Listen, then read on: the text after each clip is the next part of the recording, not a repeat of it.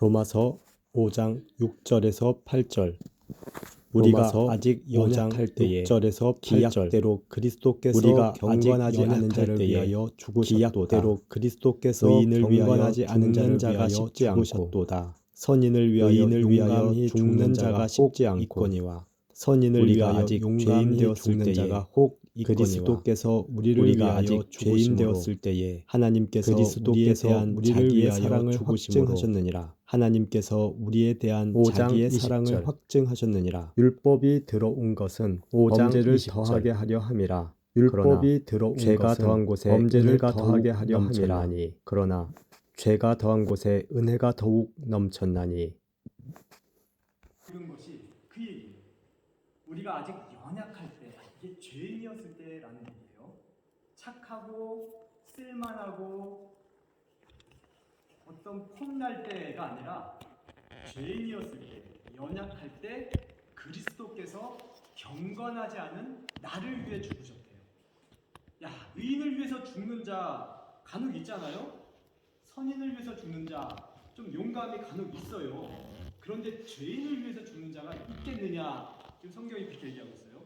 악하게 살고 있는 사람을 위해서 누가 죽겠어요? 없다는 거예요. 근데 지금 하나님은 무슨 말씀을 하시냐면 내가 그랬다는 거예요. 8절, 우리가 아직 죄인 되었을 때에 그리스도께서 우리를 위하여 죽으심으로 하나님께서는 사랑이라 하는 것을 확증하셨대요. 그러니까 하나님은 사랑입니다 라고 말할 때 이유가 있는 거예요. 죄인을 위해서 죽는 사람이니까, 분이시니까 사랑이라는 거예요. 그럼 이 하나님의 사랑을 온전히 알려면 첫 번째, 내가 죄인이라는 것을 인정하고 하나님의 그 말씀을 받아들여야만 아, 하나님은 사랑하셨어 나를, 이 얘기가 되겠죠. 그래서 나는 죄인입니다 라는 걸 인정하지 않으면 하나님이 나와 관계가 없게 돼요. 기독교는 참 그렇게 시작해요. 왜 꼭 내가 죄인이라고 얘기를 해야 되는 거야? 나처럼 열심히 살고 나처럼 성실하게 살고 있는데, 아니 세상을 보면 나보다 더 악한 사람이 많은데 왜 내가 그런 악인같이 똑같은 죄인이라고 얘기를 하시냐는 거예요. 그래서 이거를 받아들이지 못합니다. 우리는 그래요. 사실 저도 그랬어요. 우린 진짜 흉악한 죄인이 아니잖아요. 예? 그래서 죄가 있는 곳에 이 하나님의 죄를 씻는 십자가의 은혜가 풍성하다라는 말씀을 들을 때마다 거부감이 생기는 거예요. 난 그 정도의 흉악함이 아니에요.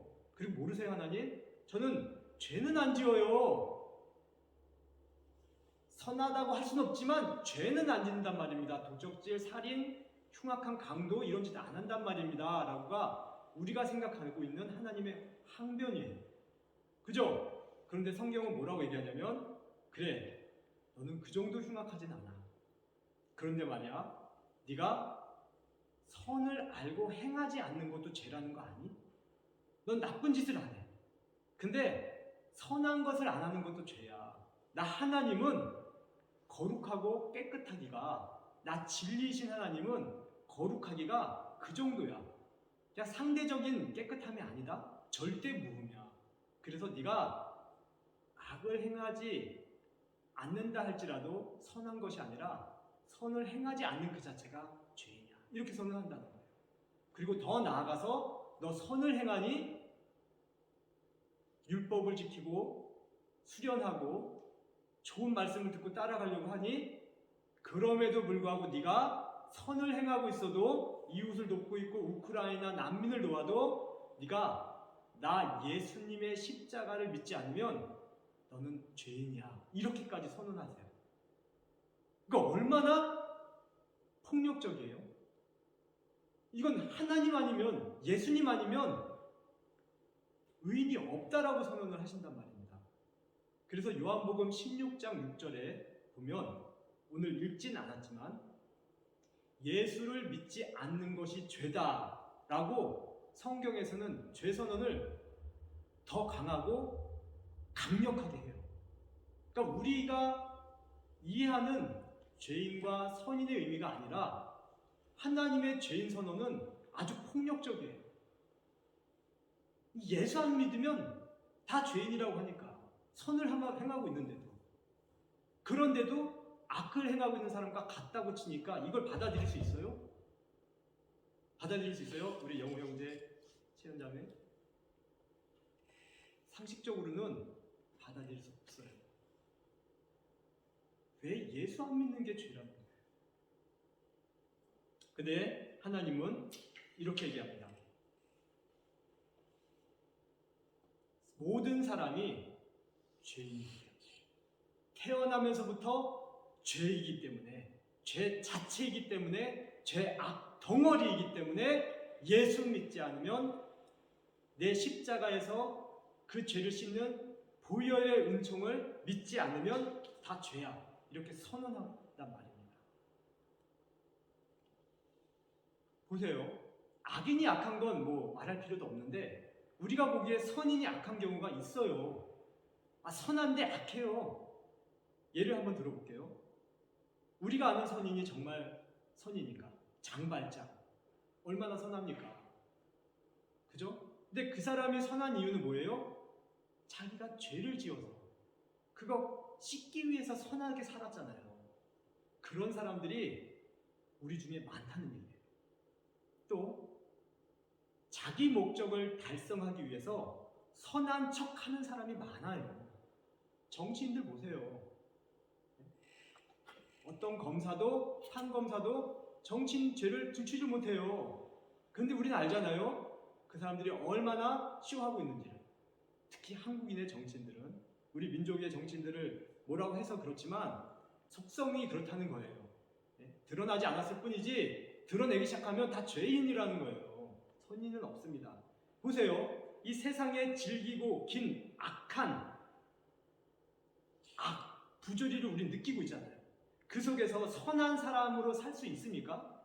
내가 오늘 선하게 살아도요, 지렁이도 밟으면 꿈틀한다고 어떤 악인의 해코지를 받으면 이게 한두 번도 아니고 질기고 질기게 이 세상의 부조리와 악 속에서 한번 그걸 겪어보면요, 선하게 살 수 없어요. 그래서 악인은 악해서 악하다지만 선인도 이런 판국이니까 세상에서 선할 수 없다라는 겁니다. 모든 인간이 죄인이다. 이 말씀이 저는 진리로 다가왔어요.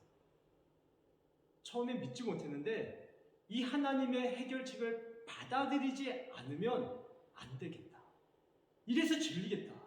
그냥 사람이 생각하고 묵상해서 이야기하는 게 아니라 성경은 태초부터 사람이 반역했대요.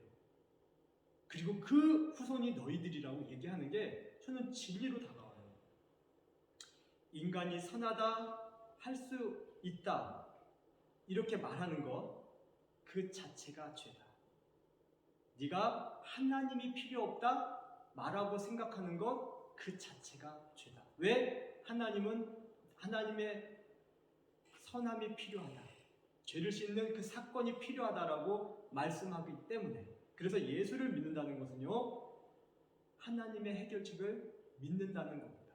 우리가 이곳에서 교회 나오는 이유는, 예수를 믿는 이유는 내가 죄인이고 이 해결책은 어떤 철학이나 사상이나 선행으로는 되지 않고 근본이 악하니까 하나님의 해결책만이 답으로 믿겠습니다 라고 오는 사람이 교회에 오는 거예요. 그래서 오늘 말씀, 죄가 있는 곳에 은혜가 더하다, 이 말씀이 다가오는 거예요. 내가 죄를 안 지어서 은혜가 아니라 내가 죄를 지었는데 그 죄를 씻겨주시는 하나님의 사랑이, 씻어주심이, 십자가의 그 보혈 흘림이 있다는 거예요. 그래서 우리가 기독교에서 말하는 이 십자가의 대속이 그런 의미예요. 모든 사람을 구원하는 거예요. 어떤 선할 능력이 있는 사람만 구원하지 않겠다라고 하는 하나님의 해결법이에요. 그렇죠? 그냥 너희가 선하고 좀 더 착해 보이는 사람만 구원할게, 이렇게 하나님이 기준을 잡아버리잖아요. 이 십자가의 대속이 없이. 그러면 부자나 건강한 사람이 구원받는다니까요. 돈 좀 많은 사람이 더 깨끗할 가능성이 많아요. 선한 일 할 가능성이 더 크다고요. 가난하고 연약하고 미련한 사람은 사회적인 구조 속에서 더 악을 짓기 쉽다니까요. 그러니까 이걸 하나님은 4,000년 전부터 보셨다는 거예요. 전 기가 막혀요. 이 성경이 기록된 연도가 언제예요? 최초 창세기가 기록된 연도가 BC 4,000년 전. 최소한 짧게 잡아도 BC 2,500년이에요. 모세 때니까. 그때 이런 구원의 사상을 가지고 있다는 게 기가 막혀요. 그냥 선언이에요. 진리예요. 그래서 다시 한번 말씀드립니다. 죄가 있는 곳에 은혜가 더하다. 이 말씀은 내가 죄인이라는 걸, 그리고 내 죄를 해결할 자는 내가 아니라 하나님이라는 것. 예수의 피가 보혈이 필요합니다. 저곳에서 달리 흘린 피가 2000년 전에 그 죽으심이 나에게 관계 있습니다. 이걸 믿는 게 믿음이고 죄에 대한 해결을 보는 겁니다. 제가요, 나를 믿는 때가 있었어요. 그래서 진리를 찾고 진리 찾고 있게 되잖아요. 정말 나 죽는다는 그 현실 앞에서 어떻게 살아야 정말 바르고 옳게 살까? 우리 어렸을 때 꿈꿨을 거예요. 근데 사회에 살다 보니까 그걸 다 잊어먹어서 그렇지. 근데 저 목회자는요, 이걸 지금도 추구하는 사람이에요. 전 지금도 진리가 갈급해요. 어떻게 하면 내가 구원받을 수 있을까? 아니, 구원받았다는 걸 누릴 수 있을까? 근데요, 이렇게 진리를 찾은 사람이 있어요. 누구냐면 성철 스님이라고 있어요. 다 들어봐서 알 겁니다. 이분에 대해서는 워낙 유명하니까 그냥 짧게만 얘기할게요. 23살에 진리 찾아서 불가에 입도했어요. 전 이분 진짜 존경합니다.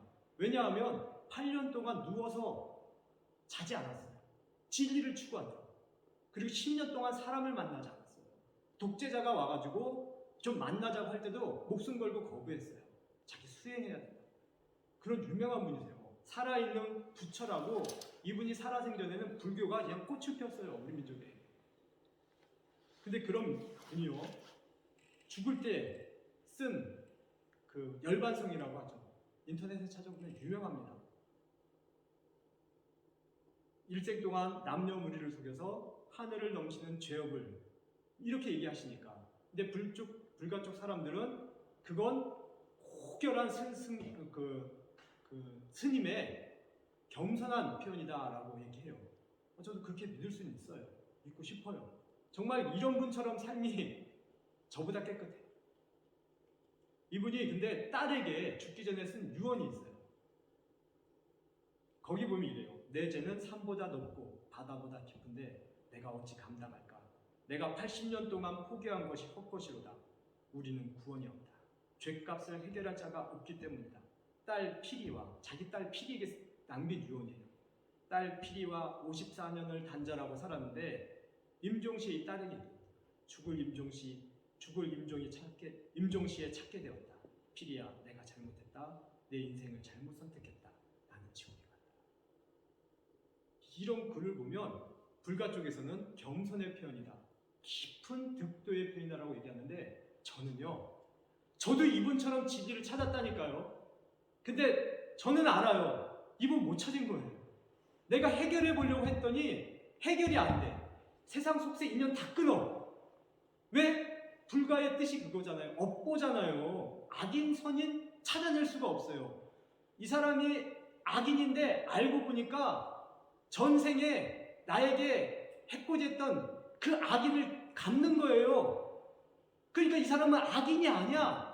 이런 수억 년의 일겁이 무한한 시간이래요. 근데 수억 겁 동안 이게 윤회와 사상이 회복되는, 이게 불교 철학이잖아요. 그 속에서 너는 선하다 악하다, 누가 선하다 악하다 말할 수 없는 거예요. 그러니까 고타마 시타르타도, 이 성철 스님도 뭘 원해요? 득도, 해탈, 여기서 벗어나는 것. 다 선하고 악하니까 그 굴레에서 벗어나기 위해서 무심, 그 고통을 못 느낌, 열반, 이걸 찾았는데, 솔직히 죽을 때 보니까 내 딸 낳은 것, 걔 버리고 나 혼자 득도하겠다고 살아온 것, 이게 전부 다 죄라고 느껴지는 거예요. 그게 하나님이 선언한 죄인이에요. 네가 깨달아서 깨달아지는 게 아니라는 거예요. 네가 선하다고 해서 선해지는 게 아니라는 거예요. 전 그래서 이 성철 스님이 너무 존경하는데 너무 같은 진리를 찾는 사람은 없어. 거기는 불교를 찾았고 저는 무슨 은혜인지 예수님을 찾아가지고 거기는 죽을 때 안타까운 사연을 쓰잖아요. 이게 겸손이든 진실이든 안타깝잖아, 사실을 보면. 근데 전 죽을 때 내 아들한테 내 아들한테 죄를 만져요. 욕해만서 혼낼 때도 있고. 그래서 내 아들이 상처받아요. 근데 난 죽을 때 내 아들한테 뭐라고 얘기하게 죽겠어요? 아들아, 아빠는 원래 그렇게 못났어요. 근데 그런 못난 아빠가 예수님 만나고 그래도 너한테 잘해보려고 했던 거다. 너도 예수님 만나고 아빠 미운 거 이해 좀 하고, 너도 살아보면 알 거야. 너도 아빠 돼보면 알 거야. 네가 정말 아무리 네 아들 잘 키우고 선하게 해보려고 해도 네 성질 자체가 그게 아니라는 거야. 성경에서는 모든 인간은 죄인이라고 하는 그 안에 죄를 가지고 태어난다라고 하는 이 선언, 그걸 네가 경험하게 되면 나를 이해하고 너를 이해하고 이 안에서 안식하게 될 거야. 그 얘기를 할 수 있는 거예요. 누가 더 편해요? 아니, 누가 더 진짜 진리를 만난 거예요? 불가족 사람들을 뭐라고 하는 게 아니에요. 그냥 제가 만난 진리가 너무 기뻐서 좋은 거예요. 난 어떻게 불교 쪽 배경에서 태어났는데 어떻게 이 하나님을 알고 불교와 유교 쪽 배경에서 태어났어요. 맨날 제사 지내고. 근데 이 진리가 저한테 너무 값지게 파도처럼 다가와서 이 은혜를 이해하지 않을 수가 없어요. 이렇게 고결하고 대단하신 분도 이렇게 아프게 죽으시는데 저와 여러분이 선행으로 나름 하나님의 해결책 버리고 나 그냥 선하게 내 의를 한번 찾아가서 구원 얻겠습니다 한다면 답이 나오겠느냐고. 이런 분도 안 되는데. 그래서 내가 널 깨끗하게 하였다, 이걸 받아들이는 게 죄가 더한 곳에 은혜가 넘쳤다, 이런 얘기입니다. 알겠습니까? 그러니까 죄인들 속에서 이 은혜가 오는 거예요. 난 죄가 없어요 라고 하는 사람한테 이 은혜가 올 수 없어요. 이게 기독교 진리라는 거예요. 이제 알겠습니까? 죄가 있는 곳에 하나님의 은혜가 넘쳤다. 할렐루야. 아멘. 이게 우리 초신자분들에게 하고 싶은 말이고요. 요 말씀을 가지고 이제 저 같은 사람, 신앙생활 오래 한 사람들에게 하고 싶은 말이 또 있어요. 죄가 있는 곳에 은혜가 풍성하다, 넘쳤다, 요 말씀을 제발 이용하지 말라. 어떤 크리스찬이 있냐면요, 그래요? 내가 죄를 지면 죄를 다 사해주세요? 와! 죄가 있는 곳에 하나님의 은혜를 더 넘치게 해요? 풍성하게 해요? 그럼 제가 죄 좀 더 짓게요. 진짜 이런 사람이 있어요. 그 죄를 더 짓는단 말이에요. 성경에도 그 말씀 나와요. 6장 1절에. 죄가 있는 곳에 은혜를 더한다고 그래서 우리가 더 죄를 짓겠느냐? 이런 자가 있어서 하는 얘기예요. 그럴 수 없다. 근데 은혜를 더하기 위해서 죄를 짓게 다니겠다고 하고 있는 크리스찬들은 어떻게 된 거냐? 이 얘기를 혼낸단 말입니다. 이 사도 바울이라고 하는 사람, 이 하나님의 이 복음을 듣고 깨닫고 하나님한테 저 십자가의 진리에 자기의 인생을 구원을 건 바울이라고 한 사람이 그렇게 자기가 목회하던 교회 사람들한테 혼냈어요. 그래, 그 은혜를 알았어? 그건 너무 좋아. 근데 그 다음에 기독교인들 안에 보세요. 하나님 믿는다고 하는 사람들 안에서 제가 그분들을 뭐라고 하는 게 아니라 그렇게 살면 안 돼요. 예수님 믿고 죄를 지으면 그 사랑과 그 은총, 죄인 되었을 때에 하나님의 사랑을 확증시켜 주셨다고 했지, 내가 더 죄를 지어도 큰 은혜를 느끼겠네 하면서 죄에 무감각한, 그냥 도덕을 그냥 자기 멋대로 흩어버리고 살아가는 그런 사람들은 절대 아닙니다. 정말 죄가 있는 곳에 은혜를 더하다 라는 뜻은 그런 뜻이 아니에요. 예를 들어 볼게요. 아들이 있어요, 여기. 근데 이 아들이 아버지가 자기를 용서하고 사랑한다는 거 알아요. 그래서 아버지한테 항상 죄를 범해요. 이런 아들과 아버지가 나를 사랑해서 용서해 주신다는 걸 아는 아들이에요. 그래서 그게 고마워서 아버지한테 죄를 안 져. 그런 아들과 똑같이 아버지의 사랑과 아버지의 은혜를 알고 있는데 삶은 정반대죠. 우리 아버지한테 무슨 짓을 해도 용서해 주니까 아버지한테 무슨 짓을 해요. 근데 이 아들은 무슨 짓을 해도 용서해 주는 그 아버지니까 그게 너무 고마워서 무슨 짓을 안 해. 더 죽여가. 어느 쪽 아들이 진짜 아들이에요? 두 번째라는 거예요. 그래서 죄가 있는 곳에 은혜를 더하다라는 건 죄를 짓게 만드는 말씀이 아니라 하나님의 은혜를 알고 그 안에서 하나님을 아프게 할 수 없다, 그 얘기가 포함되어 있어요. 아멘. 더 놀라운 건 뭔지 아십니까? 그래서 내가 죄를 안 짓냐? 내가 우리 하나님한테 잘 보여야 될 거 아니에요. 나를 저 무간지옥 죄투성이인 제약에서 진리를 찾던 나의 그 암담한 캄캄한 인생에서 빛을 주셔가지고 내가 진리로 예수님을 붙잡고 목회자가 되어서 지금도 여러분에게 여러분의 죄가 있으면 가지고 오세요. 강도들, 살인자가 여기 와도 제가 막을 수 없다니까요. 이 진리를 믿고 있기 때문에요. 어떤 사람이 총을 가지고 와서 날 쏘려고 해도 내가 그 사람에게 정말 바로 된 목사라면 도망은 다녀야겠지만 그러다 죽어도 저 죄를 용서해 주세요라고 말하는 게 이 진리를 발견한 사람의 목회자의 말이란 말입니다. 정말 그런 마음으로 설교를 하고 있는 거예요. 그런데 보세요. 더 놀라운 건요. 내가 그렇게 살려고 하는데 죄를 짓는다는 거예요. 내가 죄를 짓는 나를 본다는 거예요. 어저께도 오늘 아침에도 차 타고 오다가 우리 아내에게도 말로 상처 주는 거예요. 그럼 나 웃잖아요. 사실이라니까. 그럼 저는 죄가 있는 곳에 은혜를 더하다는 것을 자꾸 이용하는 거잖아요, 지금. 그래서 내가 미칠 것 같아요.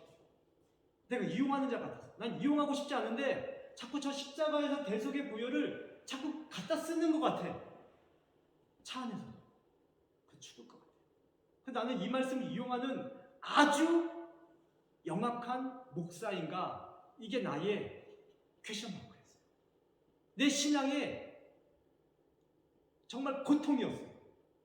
왜? 목회자라고 하고 설교하고 죄인들이 오라고 하면서 내가 그 죄를 끊어내지 못하고 어디선가 반복되는 죄를 계속 드러나지만 않았을 뿐이지. 여러분이 못 봤을 뿐이지. 짓고 있으니까. 근데 하나님이요. 그때 나한테 주신 말씀이 뭔지 아세요? 죄가 있는 곳에 은혜를 더한다는 이 말씀이에요. 들어보세요. 내가 죄를 지었어요. 목회자이면서 뭐 흉악한 죄는 아니지만 그거랑 이거랑 구분할 수 없는 절대 무결한 하나님 앞에서 죄가 졌었어. 내가 미치겠는 거예요. 아버지 또 졌네. 근데 하나님 나 이제 어떻게? 하나님 깨끗한데 나보고 거룩하라고 했는데 난 거룩하지도 못하고 이 모습 또 보였네. 그런데 하나님이요. 나 그러면 어떻게? 나 구원이 두려워요. 예? 이런 죄를 끊어내지 못하는 내가 구원받은 거 맞아요? 라고 하는데 하나님 뭐라고 하는지 아십니까? 이 성경 전체를 잘 보면 아들아 너 나를 뭐라고 부르지? 아버지라고 부르지? 난 너의 아버지가 되기로 결정한 하나님이야. 내가 너에게 죄를 씻었다라고 하는 저 대속은 있잖아. 너의 미래의 죄, 네가 현재에 고민하는 그 죄까지 포함한 씻음이야. 그래서 말이야, 나는 지금 너와 함께 네가 죄 때문에 고통당하고 괴로워하는 이 순간에도 너와 함께 있어 라고 하는 걸 보여주셨어요. 아니 그걸 보여주시는 거예요. 내가 죄를 졌는데 날 떠나지 않고 나와 동행하기로 결정한 약속대로 내 안에 계신 하나님을 보았어요. 볼 수 있어요. 그렇지 않으면 이게 보여져요. 그래서 어떤 은혜가 되는 줄 알아요? 아니 내가 죄인인데 나를 깨끗하다고 선언하고 앉아있는 그 하나님이 보이니까 미치겠는 거예요. 난 죄인인데 그래서 내가 나를 부인하고 싶은데 그럼에도 불구하고 너는 내 아들이야. 나는 너의 남편이야. 나는 너와 영원히 널 떠나지 않을 거야. 이렇게 하시고 계시는 그 하나님 내 속에 있는 걸 죄를 짓고 있는 그 순간에서도 느껴진다니까. 그래서 이건 뭔 은혜야? 내가 죄를 지었는데 그 죄를 품고 앉아 계시는 그 하나님의 사랑이 느껴져서 죄가 있는 곳에 은혜가 더한다는 말씀이에요. 전 이걸 깨달았다니까요. 죄가 안 지어서가 아니라 짓고 싶지 않은데도 죄를 졌을 때 그 죄의 인임에도 불구하고 십자가의 이 대속은 하나님의 피의 대속이니까 한번 없어지고 썩어질 양의 피가 아니라 하나님이 자체에 흘리신 피니까 이 제 피는 굉장히 하나님이 보실 때 영원 무결한 피여서 그걸 보시고 이 죄인인 내 안에서도 여전히 나와 동행하시고 임마누엘, 나는 너의 아버지, 너는 내 아들, 나는 너의 하나님, 영원히 너와 동행할 거야. 이 약속으로 여전히 죄 악덩어리 내 안에서 살아계신 그 하나님 봤을 때 죄가 있는 곳에 은혜가 더하다는 말씀이 이거구나라고 깨닫고 이게 복음이구나. 이걸 느꼈다. 이게 진리구나. 맞구나. 내가 정말 찾았던 그 하나님이 정말 맞구나. 내 죄 문제 해결해 주셨구나. 이 정도로 선언하고 계시는 거구나. 예전에 하나님은요, 구약 때 하나님은요, 조금만 죄를 져도요 죽여버렸다니까요. 구약 때 하나님. 그런데 완전히 신약 때 하나님은 예수님이 십자가로 오시고 난 이 사건을 보여주시고 나서부터는 하나님이 죄인을 안 떠나세요. 이게 진리구나. 그래서 에베소서 2장 8절에 이런 말씀을 합니다. 들어보세요. 너희는 그 은혜로 인하여 믿음으로 말미암아 구원을 받았으니 이것은 너희에게서 난 것이 아니요. 성경에 이렇게 명확하게 설명해요. 너희 구원은 은혜로 받은 거예요. 하나님의 선물이라. 행위에서 난 것이 아니니 이는 누구든지 자랑하지 못하게 합니다. 이런 진리와 복음 선포가 있어요. 행위에서 나지 않은 것이래요. 행위에서 나지 않은 그 씻김을 받았대요. 그러니까 저 보혈에서, 십자가 보혈에서요. 죄가 일어날 때마다 제가 사해지는 그 씻김의 은혜, 죄를 여전히 사랑하기로 결정하시고 떠나지 아니하시는 성령 하나님의 임재, 내주, 그 사랑과 그 정결함의 임재가 내 안에서 너무 확연하게 느껴지는 거예요. 죄를 짓고 있었는데도. 그래서 내가 죄가 있는 곳에 은혜가 더하다, 풍성하다, 넘쳤다, 이 말씀이 뭔지를 최근에 또 깨닫고 있어요. 여러분, 이게 복음이고 이게 기독교입니다. 기독교는요, 죄악덩어리 만드는 게 아닌 게 분명해요. 그런데도 죄악덩어리가 되지 않기 위해서 싸우고 있는 그 자녀들이 실수해도 하나님이 뭐라고 하냐면 그걸 안고 계시나. 이런 하나님 만나시기를 축복합니다. 아멘. 그러므로 죄를 지은 후 참 신자의 탄식과 어떤 반응이 있을 거 아니에요. 하나님을 믿는다고 해놓고서 죄를 지은 저같이 그런 사람의 반응은 죄가 씻겨졌네, 할렐루야, 기쁘다, 이것만이 아니라는 거예요. 이렇게 하는 사람이 더 이상한 사람이에요. 그 미량이라고 하는 영화에서 나왔듯이, 예? 하나님 믿었으니까 제가 납치했던 죄 씻겨졌습니다, 할렐루야, 이러는 그거는 아니에요. 어떤 게 나와야 되냐면 그 씻는 기쁨이 있어요. 근데 플러스 회개, 눈물, 그 통탄, 그런데 그 속에 감사, 내가 죄 졌는데 왜 같이 해주시지? 그리고 사랑, 이거 하나님의 사랑, 왜 이렇게 날 사랑해주지? 그 다음에 반성, 나 다시는 죄 짓지 말아야 되는데, 그 다음에 기쁨, 이게 복합적으로 오는 거예요. 그래서 죄가 있는 곳에 은혜를 더하다라는 이 말씀은요, 어떤 하나 기쁨만으로 해석할 수 없는 정말 살아있고 실질적으로 경험하는 은혜예요. 정말 하나님 믿는 자만이 찾을 수 있는 은혜란 말이에요. 그냥 나 하나님 교회 등록했으니까 교인이에요, 이런 사람은 이거 못 느껴요. 이 복잡하고